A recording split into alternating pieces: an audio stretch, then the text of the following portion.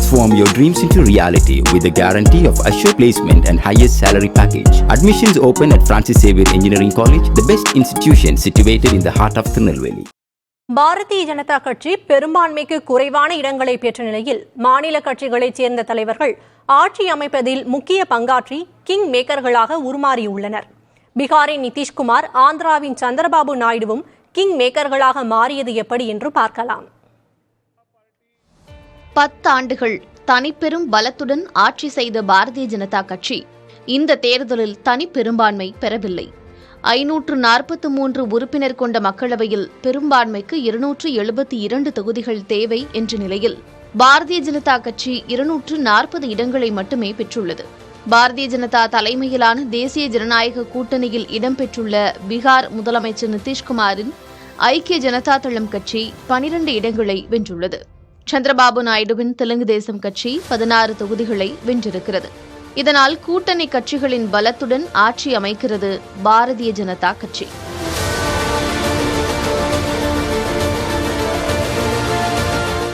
நிதிஷ்குமாருக்கும் பாரதிய ஜனதாவிற்குமான உறவு 1990களின் மத்தியில் இருந்து தொடர்கிறது. லாலு பிரசாத் யாதவுக்கு எதிராக ஜார்ஜ் பெர்னாண்டஸ் சமதா கட்சியை தொடங்கிய போது நிதிஷ்குமார் அவருடன் இணைந்தார். 1998, 2004 பாரதிய ஜனதா ஆட்சியில் விவசாயம், ரயில்வே மற்றும் போக்குவரத்து துறை என்று முக்கிய அமைச்சரவை பதவிகளை வகித்தார் நிதிஷ்.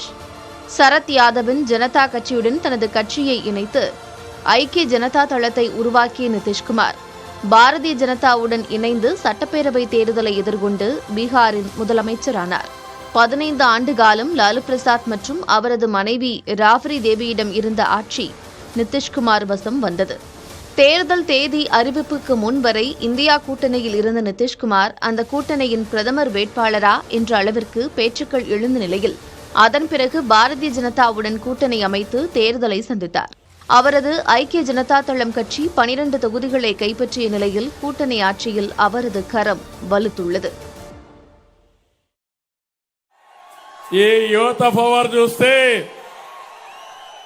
మీరు గాని కన్నెర్ర చేస్తే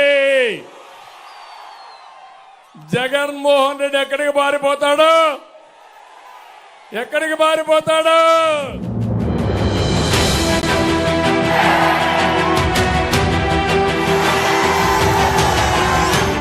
ஆந்திராவில் 25 தொகுதிகளில் போட்டியிட்டு 16 தொகுதிகளை வென்றுள்ள சந்திரபாபு நாயுடுவின் தெலுங்கு தேசம் கட்சி தேசிய ஜனநாயக கூட்டணியில் முக்கிய இடம் பிடித்துள்ளது. இந்த கூட்டணியில் இடம்பெற்றுள்ள ஜனசேனா கட்சியும் 2 தொகுதிகளில் வென்றுள்ளது. இதன் மூலம் தேசிய ஜனநாயக கூட்டணியில் தெலுங்கு தேசம் 2வது பெரிய கட்சியாகி இருக்கிறது. தேர்தலுக்கு முன்பாக கடந்த ஆண்டு செப்டம்பர் மாதம் 9ஆம் தேதி கைது செய்யப்பட்ட சந்திரபாபு நாயுடு 2 மாதங்கள் சிறையில் இருந்தார். பின்னர் அக்டோபர் இறுதியில் இடைக்கால ஜாமீனில் வெளியே வந்த அவர் நவம்பர் 20ஆம் தேதி விடுவிக்கப்பட்டார். அதன் பிறகு தேர்தல் பணிகளில் அவர் தன்னை ஈடுபடுத்திக் கொண்டார். ஒருங்கிணைந்த ஆந்திராவை ஹைடெக் ஆக்கியவர் என்று பெருமைக்குரிய சந்திரபாபு நாயுடு 1995ஆம் ஆண்டு முதல் முறையாக ஆந்திர முதலமைச்சரானார். 1995 முதல் 2004 வரை தொடர்ந்து ஆந்திராவின் முதலமைச்சராக இருந்தார். 1990களின் இறுதியில் முதல் தேசிய ஜனநாயக கூட்டணி அமைந்ததில் முக்கிய பங்காற்றிய அவர் வாஜ்பாய் அரசுக்கு வெளியிலிருந்து ஆதரவு தெரிவித்தார். தெலங்கானா பிரிக்கப்பட்ட பிறகு 2014ஆம் ஆண்டு மீண்டும் ஆந்திராவின் முதலமைச்சராக ஆன சந்திரபாபு நாயுடு 2019 வரை அந்த பதவியில் நீடித்தார். அமராவதியை ஆந்திர தலைநகரமாக்க வேண்டும் என்ற அவரது முழக்கம் 2019 தேர்தலில் ஜெகன்மோகன் ரெட்டியிடம் ஆட்சியை இழந்ததால் கைவிடப்பட்டது.